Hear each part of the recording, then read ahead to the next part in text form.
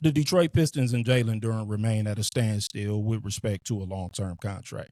The Pistons are reported to be holding firm in the neighborhood of around $35 million per year, while Jalen Duren is looking for an annual salary between $40 and $45 million. We've already beat that horse to death.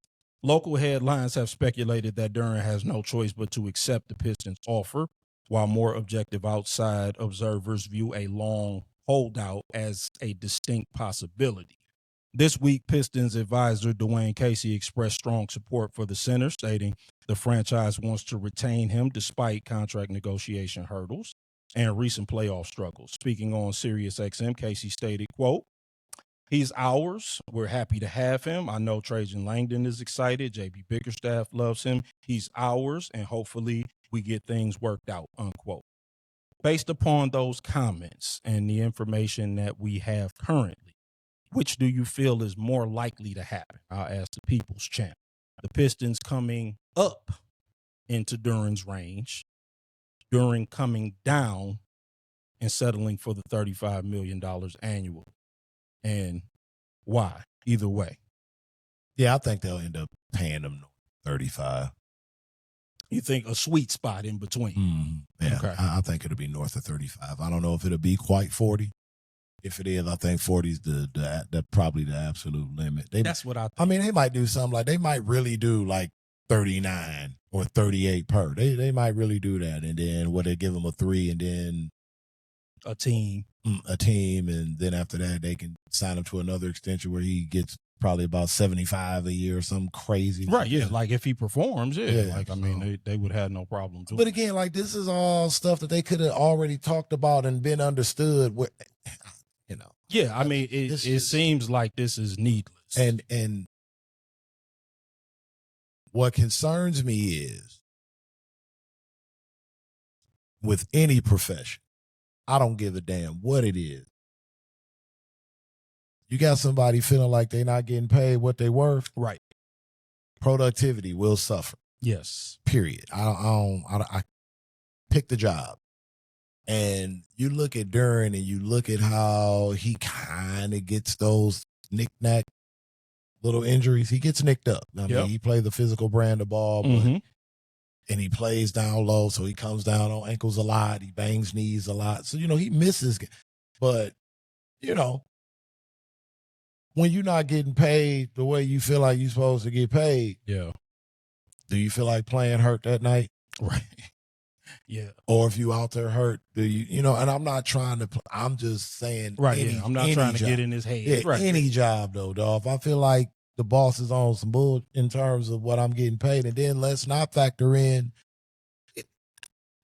do you feel like we just waltzing in to 60 wins again this season? Oh, absolutely not. You get what I'm saying? No, the conference is better. We talked about that already. People really need to remember that game 7 against Cleveland and how bad that looked. That game got unwatchable very quick. Yeah.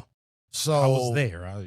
You know what I mean? So we, it's got to be a little gravity kicking in here. Yep. So, I think north of 35, just south of 40 is somewhere I think they'll meet. But again, it's to the point now where, even if they do get a deal done, I'm side-eyeing it. I'm side-eyeing everybody involved now. Yeah. Going forward, because it's like, okay. Yeah, I mean, the longer this goes, the more I believe that the only two scenarios that exist are the qualifying offer or the Pistons caving and getting, as you said, if not to the 40, close to the 40. Because I don't think he's going for 35 million. Yeah. I think that if they hold firm at 35 million, he's gonna take the qualifying offer. Let me ask you this. Yeah. Now we know, screw what the number is that will get him to sign. Right. What's the number you think will get him to buy in? 40. I think 40. You said 40. You said 40. He'll lock in. I think he'll be happy with 40. Yeah. Okay. Because I think that's what I think that's because I think that's a huge difference. Because I think he'll feel that that's what the market. Okay. That's his market value. I've always felt that was the number. Okay. And I felt like he would have been happy with 40. Because so like, and here's the reason why. Like, if I'm just gonna give you just the sanitized version, take the emotions out of it, just here's the case study, right? We got Walker Kessler. In his last healthy season, 2025, 11 points, 12 rebounds, 2 blocks on 66%, roughly 30 minutes a game in 58 games. No All-Star, no All-NBA, because he wouldn't have made it anyway, but he only played 58 games. This past season, it was injury short. Played 5 games, 14 points, 11 rebounds, couple of blocks, 31 minutes, right?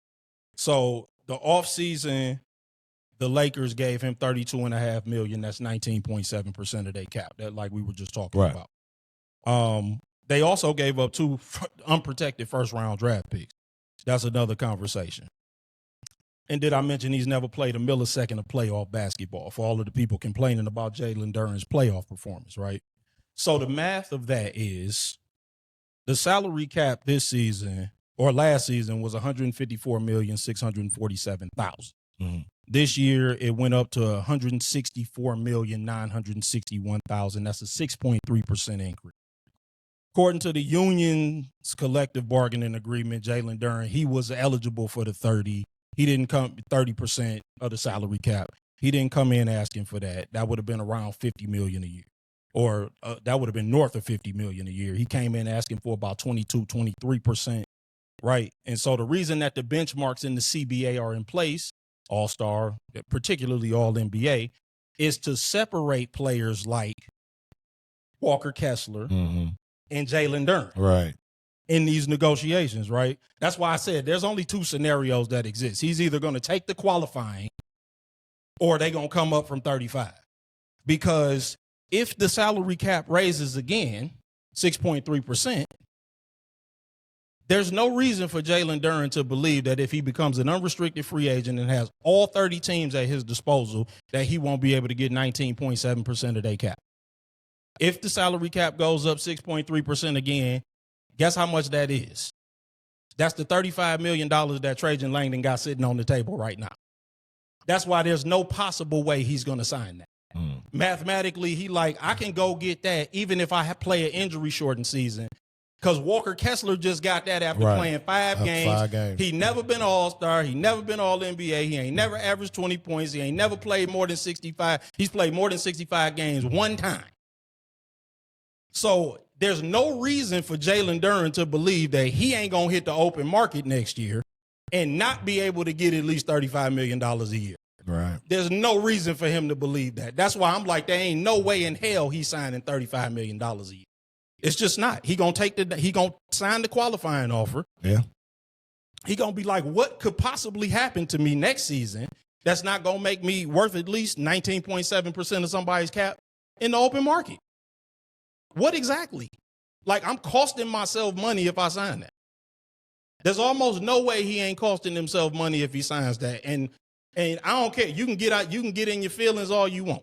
You can say that, because there's a narrative that if he signs the qualifying offer, he just hates being here. No, he don't just hate being here if he refuses to get lowballed. I like my job. I'm not taking less than market value to work there. No. I'm just not. They ain't got nothing to do with liking the people, liking the job, enjoying the work. I mean, at that point, it's not a job. I'm not taking less than market value to be there. This is about market value. This is a business. At that point. Yeah, this is a business decision. So I'm like, to me, those are the only. What you got, nephew? I'm sorry, you look like you want to cut in. No, I was just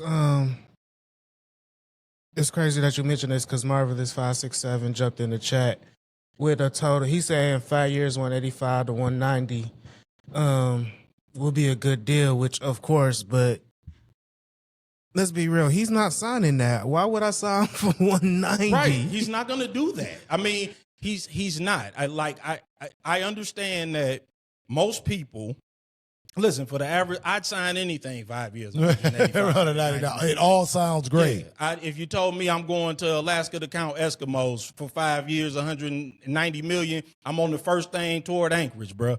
But we talking about the market. The market unto itself says that he's lowballing himself. He's not going to do that. Because you didn't even mention the fact that Walker Kessler got traded for 2 picks outright and then 2 swaps on top of That's that. what I said. Yeah. I think you missed the 2 swaps. I ain't even mentioned the 2 swaps. So they gave up draft capital for him and gave him 19.7% of the cap. There's no reason for Jalen Duren to be sitting wherever he's sitting this evening to believe that if he hits the open market, all 30 teams available, that he's not getting at least $35 million a year next year. And truth be told, there's almost no reason for him to believe that he ain't getting much more than that. Right. He's getting more than that. He's probably going to get between 50. Yeah, he probably going to get between 20. If he puts and together 20. another season that he had last year, and with those numbers, you know. Yeah, but at a minimum, he like, I can't not make 35. Right. I'm at least going to get the 35 that you have on the table for me right now. Yep. And it's not personal. And then if he signs the qualifying offer and he has a good, like, worst case scenario, again, so if he signs the qualifying offer, the best case scenario for the Pistons is that they get him back at a massive contract. Because then you just got to hope that you don't lose him outright. Yeah. Then you're bidding against the whole rest of the league now. Is that or give him $5 million more per year, make him happy today?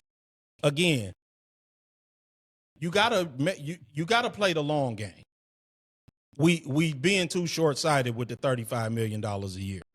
I know you're trying to hold firm because that's what you think is the right thing to do.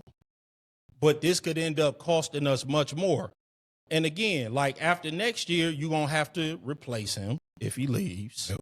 You have to find another big man of quality, hopefully, or at least just find somebody to play there. So, I mean, again, that's just the math of the whole thing. The math of the whole thing is that I don't think he's going to sign a $35 million a year contract. I know a lot of people like he eventually going to cave in. He don't have nothing. He going to sign the qualifying offer, and he's going to wait a long time. That's the other part. The other aspect of this, before we move on to our next topic, He might wait till October. is that he has the luxury of time. The Pistons do not. We need to get on with our offseason. Jalen Duren, the only contract Jalen Duren got to worry about is Jalen Duren's contract. The Pistons got ideally, we'd like to see them make another move of consequence. Right. They really can't do that until they wrap up this move. That's why the Lakers were able to go get Walker Kessler, because they got Austin Reeves wrapped up. They got him taken care of. These teams that are able to make other moves of consequence is because they got in-house business taken care of early. Mm-hmm. The reason that we making moves on the fringes Because we pump faking. is because we haven't taken care of the in-house business yet. So I think that it is imperative. It's more, the onus is more on the Pistons to take care of this sooner rather than later than it is Jalen Duren. Absolutely. He got all the time in the world, no matter what he's going to do. He got forever. He could have a long holdout and just say, all right, I mean, I might sign a long-term deal in September. Training camp starts September 28th. Yeah, dude. It's just, I don't like it. Yeah. It's like if you're going to play hardball, you got to have, like, your plan B has got to be so solid. You know what I'm saying? Yeah. Like, and they like, he don't have no trading partners. I'm like, you don't have no trading partners. You have no way out. You're trapped just like he is. The difference is he's got the luxury of time and you don't. Oh. You can't trade for no Trey Murphy. You can't try to go get no Kevin Durant. You can't do anything until you get this situation entirely figured out. So, again, man, this is, Yeah, this is far more complicated, unfortunately. And not going to end anytime soon, I don't think.